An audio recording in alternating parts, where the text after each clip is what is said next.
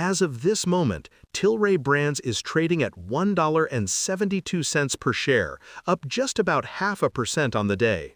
Now, seeing a cannabis stock move by a single penny might tempt you to believe it's just another slow day in a sector that's been beaten down for years, a sector just waiting for a legislative spark. The common expectation is that this is a lottery ticket, a binary bet on Washington, D.C. getting its act together.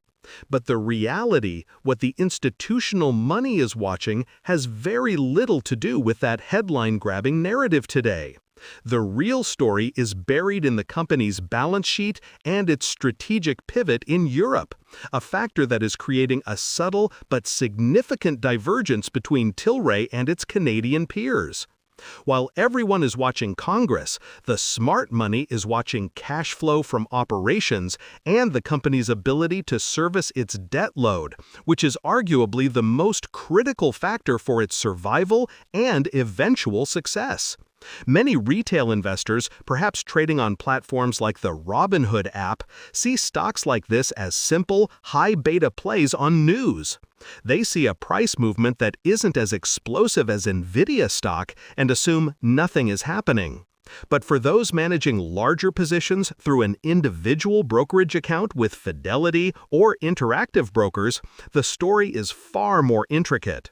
They're not just buying a headline, they are analyzing the company's ability to become a self-sustaining enterprise before the U.S. market even opens up.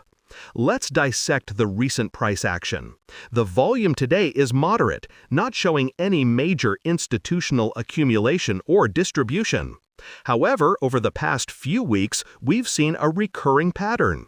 On days with positive legislative news, however flimsy, there's a surge in volume, often driven by retail traders using platforms like SoFi Invest.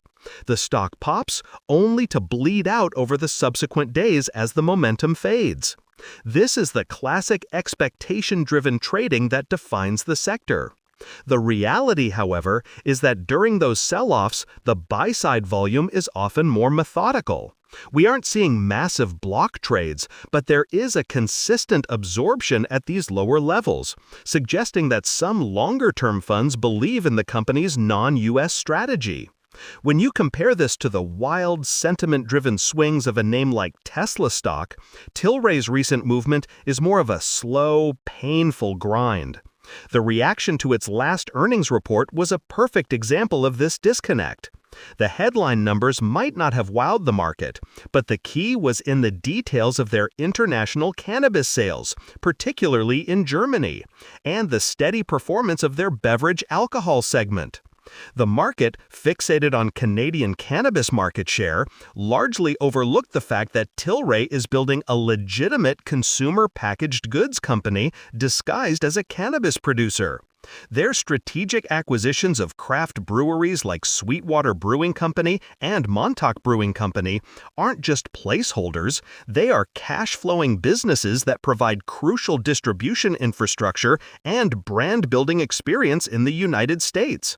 This is a long-term strategic play that many day traders simply miss. The company itself operates across a few key verticals. First, its Canadian cannabis business, both medical and recreational, which is its legacy operation. This segment is fraught with challenges, intense competition, price compression, and a fragmented provincial retail system.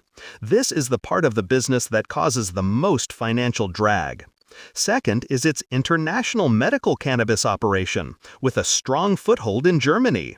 This is arguably the company's crown jewel and its most promising near-term growth driver as Germany's market continues to mature.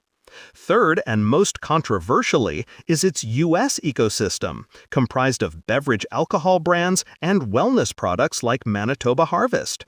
The stated goal here is to build brands and infrastructure that can be immediately leveraged for cannabis products upon federal permissibility. This is a very different approach from its peers, who are either staying out of the U.S. entirely or are trying to enter through complex, risky ownership structures. Tilray's management is making a bet that owning cash-producing, federally legal assets in the U.S. is the smarter way to prepare. This is a strategy that requires patience, something the average trader on the Robinhood stock trading platform might not have.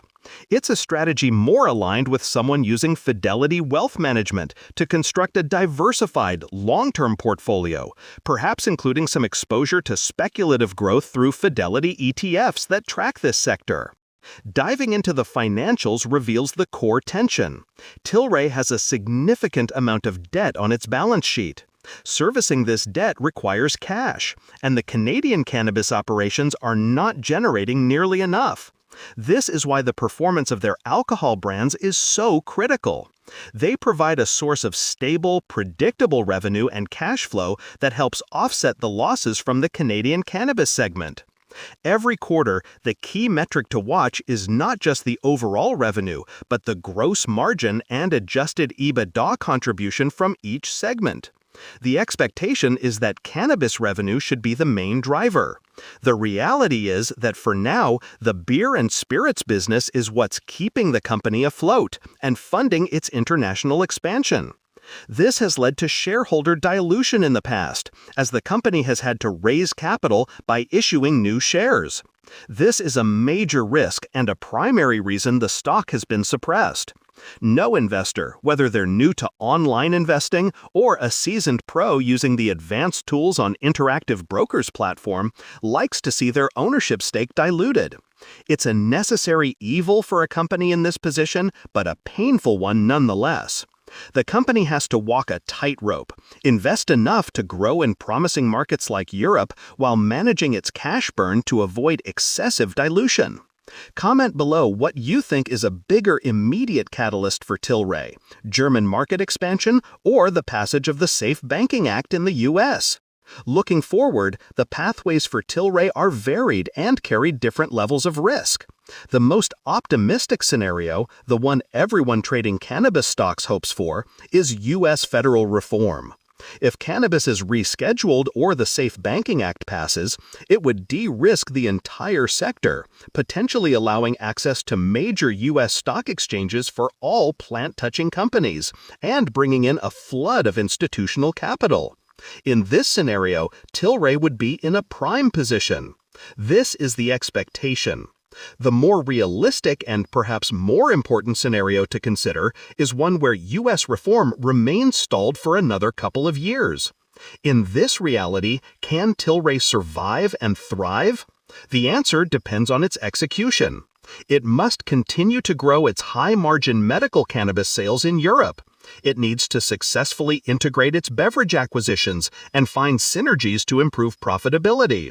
And it must continue to rationalize its Canadian operations, shutting down inefficient facilities and focusing only on profitable market segments.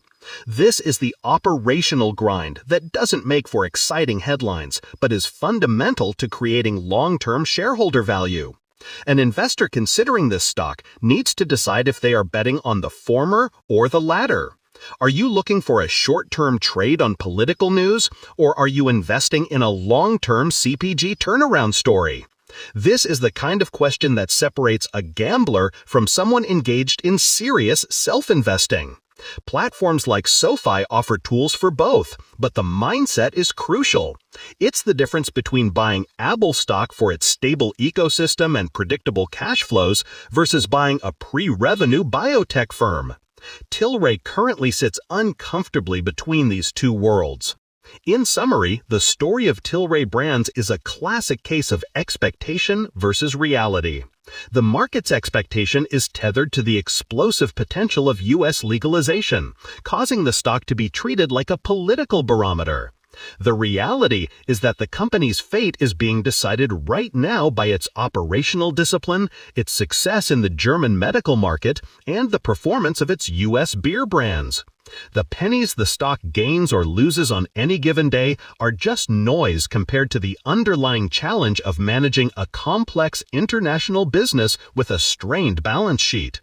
The real test isn't whether Washington will act, but whether Tilray's management can execute its multi-pronged strategy effectively enough to become profitable and self-sustaining on its own terms.